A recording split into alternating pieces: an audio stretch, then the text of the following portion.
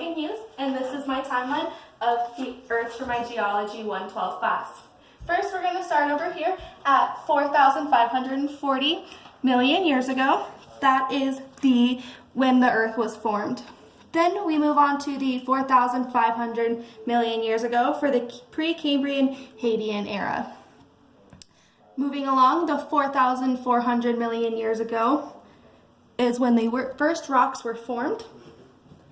Then we move on to 3,800 years ago for the for the Precambrian Archean eon.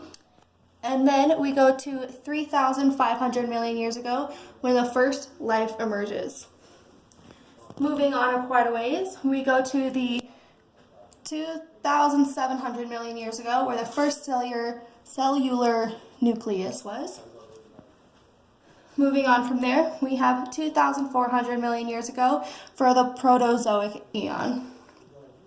After that, we have 2,300 years ago when oxygen accumulates in the atmosphere. Now from this time, moving on all the way to here, this is not accurate to scale, but there was just a lot of extra paper that we didn't know what to do with. So moving on from there, we start the Paleozoic area, 540 million years ago. Then after that, 530 million years ago is when the first fish appeared. Now, Ordovician, is that how you pronounce it? Ordovician. At 495 million years ago is the Ordovician period. At 443 million years ago is when the first life on land emerges. After that, we go to 442 million years ago, which is a new era. It's called the Silurian era, and that is also when a mass extinction occurred. The next, we go to 416 million years ago, which is the beginning of the Devonian period. 354 million years ago is the start of the Carboniferous Mississippian period, and there was also another mass extinction there. After that, we go to 323 million years ago, which is the Carboniferous Pennsylvanian period. And 295 million years ago is the Permian period, which is the last period in the Paleozoic era. From there, we go to 248 million years ago, which is the beginning of the Mesozoic period or era and the Triassic period. There was also another mass extinction at that time. From there,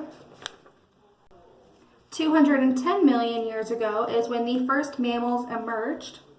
From there, we go to 205 million years ago, which is when the Jurassic period begins. Next, we have 144 million years ago, which is the beginning of the Cretaceous period, which is the last period in the Mesozoic era. 65 million years ago is the beginning of the Cenozoic era, the Tertiary Paleogene period, and the Paleocene epoch. There is also another mass extinction at this time, notably the dinosaurs. 55 million years ago is the beginning of the Eocene epoch. From there, we jump to 34 million years ago, which is the beginning of the Oligocene epoch. 23 million years ago is the beginning of the Tertiary Neogene period and the Miocene epoch. 2.6 million years ago is the beginning of the Quaternary period and the Pleistocene epoch. It was also the Cordilleran ice sheet periodically covered part of North America. 0.2 million years ago is when the first humans emerged. From there, 0.01 million years ago is when the Holocene epoch began. The green part you see here is the entire Paleozoic era. From there, when we go to the yellow, that is all the Mesozoic era. And then finally, this little bit of orange here is the Cenozoic era, which is the one we are in now. And that's my timeline. Thank you for watching.